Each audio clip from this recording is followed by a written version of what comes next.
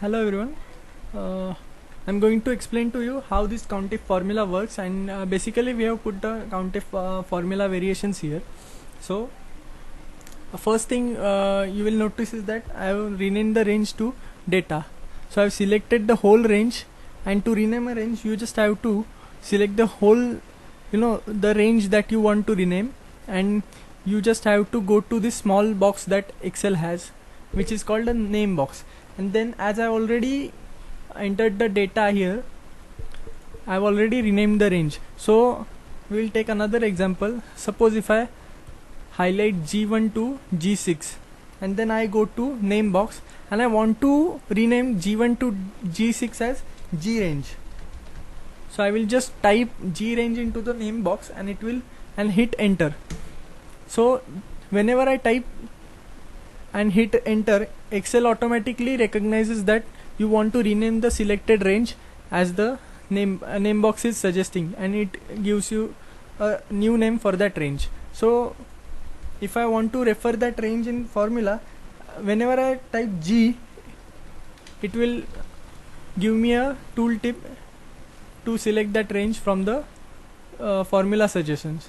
So in any it is very helpful when you're working with ranges. A lot of big data is there, a lot of rows in, lakhs of rows are there, so it just makes a sense to rename all those ranges, and then you can easily type those ranges instead of referring sheet to sheet. Like if I want to take the range in another sheet, I will have to select that like this. So it does not make sense, and it makes our work very lengthy. So another option is that you name the ranges previously beforehand, and then start working on your file. So it will give you a fast working speed. So these are the COUNTIF formulas. They are pretty simple if you ask me. So I will just take the important ones that and I will just explain the easier ones. So here basically the COUNTIF is counting the data in the data range, the cells which contain values at 12, exactly 12. So in this range, as we can see very easily, there are only 3 12s here. So if we edit any value to 12, it will automatically update it to 4. So I will just undo that. Then there is second formula that is counting the values which are less than 0. So here, as we can see, less than 0 values are total, 4 values are there which are less than 0. So it is counting the values correctly. So next is this sign, this particular sign is a way to tell Excel that you don't want a value to be equal to. So not equal to is the right word for this symbol. So there are just that triangle brackets, you can say, less than and greater than signs, and you put them like this and add a 0, and then you wrap the whole thing in double quotes. Then you are basically telling Excel that give me the values which are not 0, count me the cells which are not equal to 0.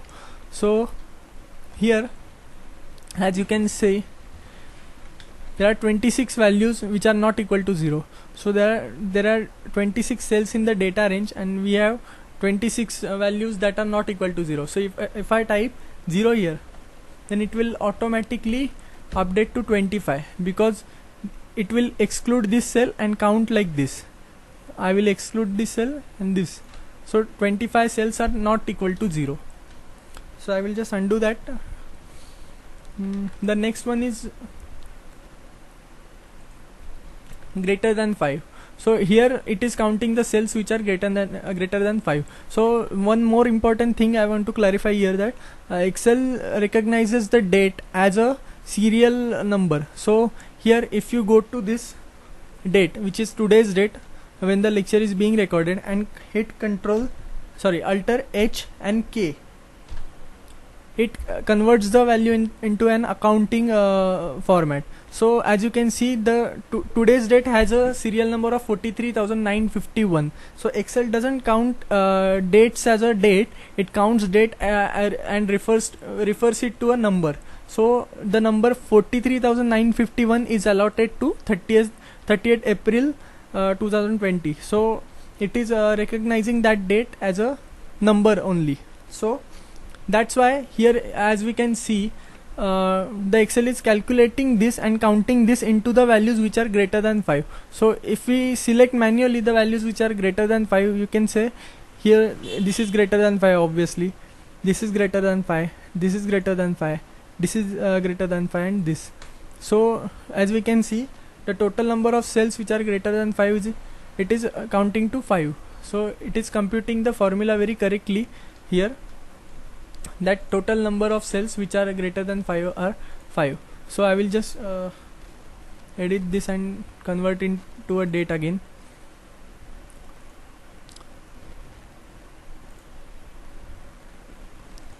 Okay, so next is it is calculating the values which are exactly referring or exactly equal to the value in the range A1.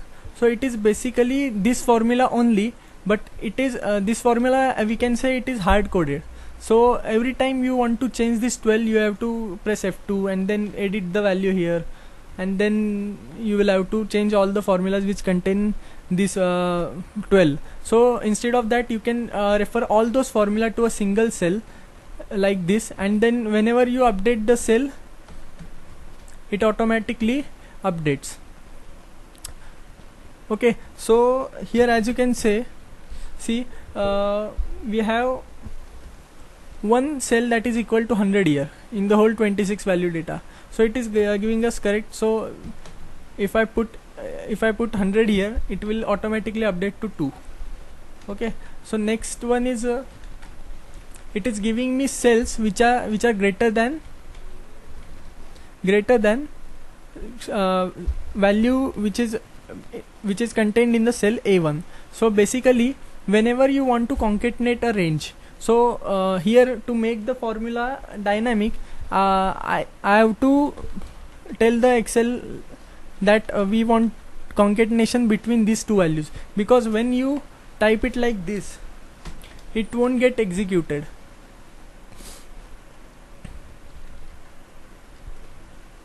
Oh, so it does get execute.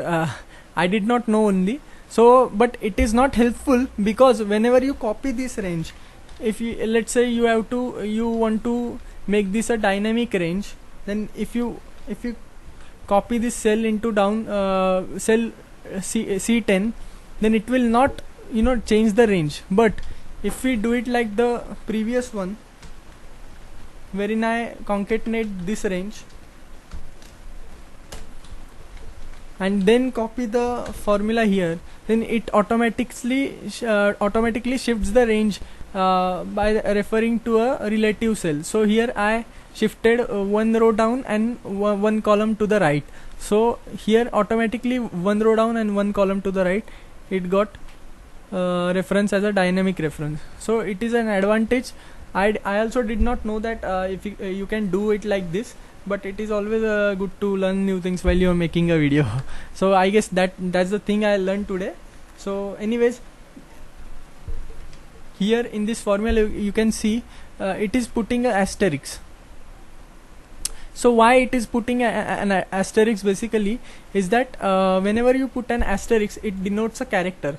So it will calculate the number of cells which are containing text. So these might seem to you like they are text values, but they are not. They are logical values. Excel has multiple value classification. So true and false are the logical values for the Excel. So they are not exactly the text. But if you put an apostrophe before the true value, it will convert it to a text, and it will appear as a text value, and it will convert it to text. So it will count the formula as 8, as you can see here. So in this range we have only 7 values which the formula is giving correct as being a text values.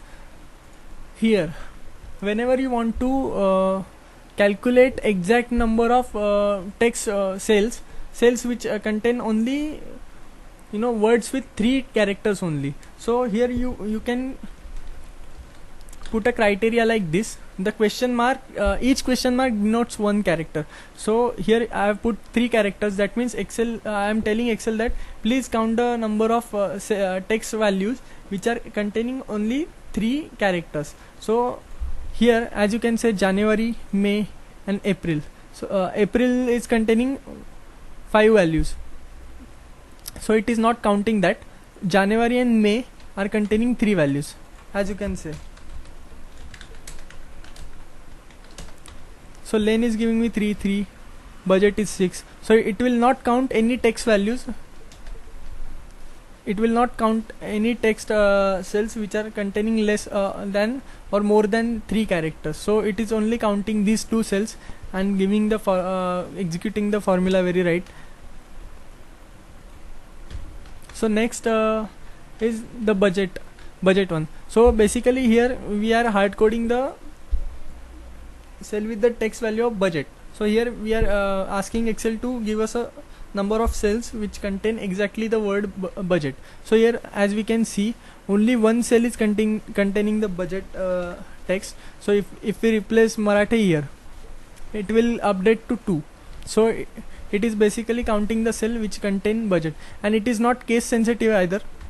You can write the B as a capital B and it will still count it. So it is not case sensitive. Next is the number of text characters which are containing budget anywhere in those. So here you can say, you can see Q1 budget is containing budget in the last. So if we replace this budget in the middle, it will still count it, because it is basically counting the text cells which contain budget word anywhere in them.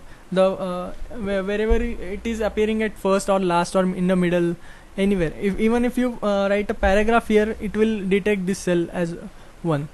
So, and yes, the cell which is exactly exactly containing the budget word is also being counted here. So it will calculate as 1 and 2. So next is countif A. So basically, whenever you put a character like A, B, C, D and put a star mark after that, you are telling Excel that I want to calculate the number of cells which are starting with the character A, and then whatever may be after the A. So basically the first character has to be A. So as you can see here, April is the only cell that is containing and starting the text with A. So if I replace delete M here, it will start as AY and AP. So it will count here 2. So basically first character has to be A, then it will count it. So next it today. So today is a date formula which basically gives you the date of the system. So here, as you can see in my system, the system date is 30 April 2020. So I'm recording the video on 30 April. So if I put the formula today in this cell, it will give me the current date.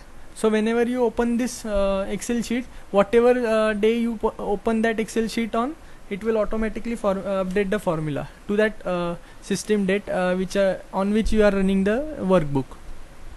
So I'm asking Excel how many number of cells contain the exact date as today. So here, as you can see, 30 April is only appearing once in the range. It is giving us value 1. So if I replace say 12 here, it will update to 2. So here the same logic as A1 formula is being executed here, but instead of giving A1 range, it is calculating average of all the data. And remember that the date cell is also a serial for Excel. So date is also a number, and it will always calculate the average including this number. So it is giving me average of the data and the number of cells which are greater than that average of the data. So here it is giving me average of number of cells which are greater than the average of the data plus standard deviation of the data into 3. So 3 standard deviation, 3 into standard deviation is 3 times of standard deviation of the data, and then it will give me values which are more than average plus 3 standard deviation of the data. Next is COUNTIF data 3 and minus 3. So here basically this logic only is applied, but as you can see COUNTIF gives us a number of cells, so we can add those together for multiple criterias. So here minus 3 plus 3 and minus 3, there are 3 cells, so it is giving us a value of 3. So it is basically giving us minus 3. If you highlight whole formula and press F9, it will execute and give you a executed value of that formula. So it is saying that minus 3 occurs 2 times in the data. So here minus 3 you can see, here minus 3 you can see. So minus 3 is appearing 2 times in the data, and you can see here plus 3 is appearing only once. So if you highlight this and if we press F9, you will see it is counting as 1. And after pressing F9, if you press Ctrl Z, it will convert back to the formula. Next is you are counting the data values which are true, the logical true value. So here you can see true values are 2. So here if I put another true here, it will update to 3. Then COUNTIF data true and data false. So number of true and number of false. So these are the all logical value cells that that are contained in the range. So the count is 4. Then Excel is calculating this correctly. Then the errors. So it is I'm only giving here example of error NA. So there are multiple errors in Excel. As you can see, 1 divided by 0 gives you a division error. So you can also replace this true with division error, and you can replace this with this division error also. So it will give you a value of 1. So whatever error you want to find out how many cells contain error cells, you can find out like this. So basically Excel recognizes the error cells as text cells. So this is nothing but the same example as of budget, but we have entered the error value here. So it will count those error cells as a text cells for the purpose of the formula. So I will just undo this thing. Then we move on to the array formula. This is some interesting thing. Array formulas are different than the normal formulas. They require some additional computation. So Excel has differentiated between normal formulas and arrays formulas. As you can see here, we want to calculate the unique values of Pierre Cox, Thomas Crane. These are our customers. So the bank has given us this list, and they have not summarized it in any way. You can always do pivot table, but making a pivot table will take a time, and you can always count it with a formula. So why to create an additional sheet in the workbook? So you can do it like this. If you know how this, I will explain you how this formula basically works. So for an array, if you highlight this whole thing,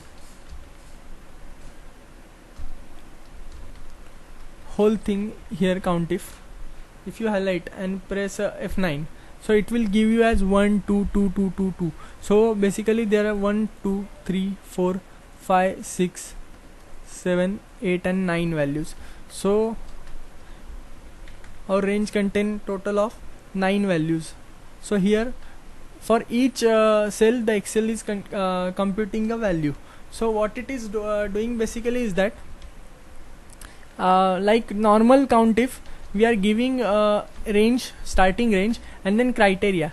Then what Excel is doing that taking the range and criteria one by one. So it will look firstly the value in A6 and ascertain how many times Precaux appears in this range, and it will put a value in that array. So next it will see how many times A7 value Thomas Crane appears in the whole range, and it will output that value and add it into the array. So basically what you are saying here is Excel is automatically calculating this COUNTIF formula 9 times and then creating an array out of them. So it is basically giving us as 1 2 2 2 2 2. It means that Precaux appears in only once in the given range of 9 values. Then Thomas Crane appears 2 times. Miranda Schaefer appears 2 times. This guy appears 2 times. Alvaro appears 2 times. So if we replace this Thomas, then and again highlight the COUNTIF and press F9, as we can see it is rightly computing Precaux 1 time, Thomas Crane now 1 time, as we replace another Thomas Crane by this guy. So third is Miranda Schaefer 2 times only, Brandon Kramer 2 times. Then this Alvaro we replaced with Thomas, so Alvaro is appearing 1 2 and 3 times. So again 3 times again Alvaro is there, it is giving us 3, again 2 for Miranda, then for Brandon 2, for Alvaro again 3. So this is the array, and I have divided 1 by the array. So for each value of Alvaro, for each value of Alvaro in the array, if you highlight whole thing including the 1 divided by COUNTIF and press F9, as we can see Precaux is appearing only 1 time, so 1 divided by 1. Thomas Crane is appearing only 1 time, so 1 divided by 1 equal to 1. Then Miranda is appearing 2 times, so 1 divided by 2, 0.5. Miranda Brandon again 2 times, so 1 divided by 2, 0.5. And then this guy comes Alvaro 0.3, 0.3, 0.3. And then Miranda again for Miranda 1 divided by 2, 0.5. So basically then I have nested this into a sum formula. So it is calculating all this array. So as we can see, if we highlight this whole thing and press F9, okay, so 1 plus 1 plus 0.5 plus 0.5 plus 0.3 plus 0.3 plus 0.5, it will add up this value to this 5. So as you can imagine, the mathematically it is getting correct that Alvaro comes 3 times, so 1 divided by 3, so it will give 0.3 3 times. Then if you calculate the sum of 3, it will calculate as 1, so it is giving us a unique value by this logic. I hope you understand. It is a little difficult to understand at first if you don't know the exactly how array formulas work, but I highly suggest you to learn array formulas. I have shown a simple example here, but these formulas come in very handy and they really improve your work. So for entering an array formula, you have to just type in the formula, and then you should not forget to press Control Shift Control Shift Enter. So if you just simply press enter, it will pop up a error for you, so it will not execute it correctly. So to make the formula execute correctly, you have to press Control Shift and enter. So it is giving us 5. So that's all for today. I guess it is very difficult to explain these array formulas, but once you actually do it yourself, you can figure out the logic how it works. So thank you very much. Please share this video if you like my explanations. Thank you.